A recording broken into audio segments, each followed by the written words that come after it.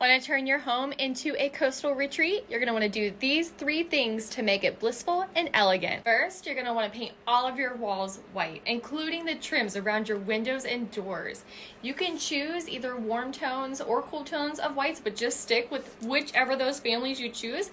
And I would suggest for the coastal, go with the warms. 2, let's remove all of the heavy and large curtains from your windows so that as much daylight can come into your home.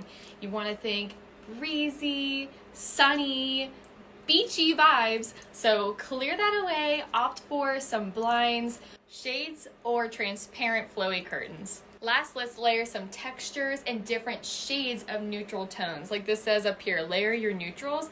You can have that through your furniture, your pillows, the beaming, if you can add that to your ceilings.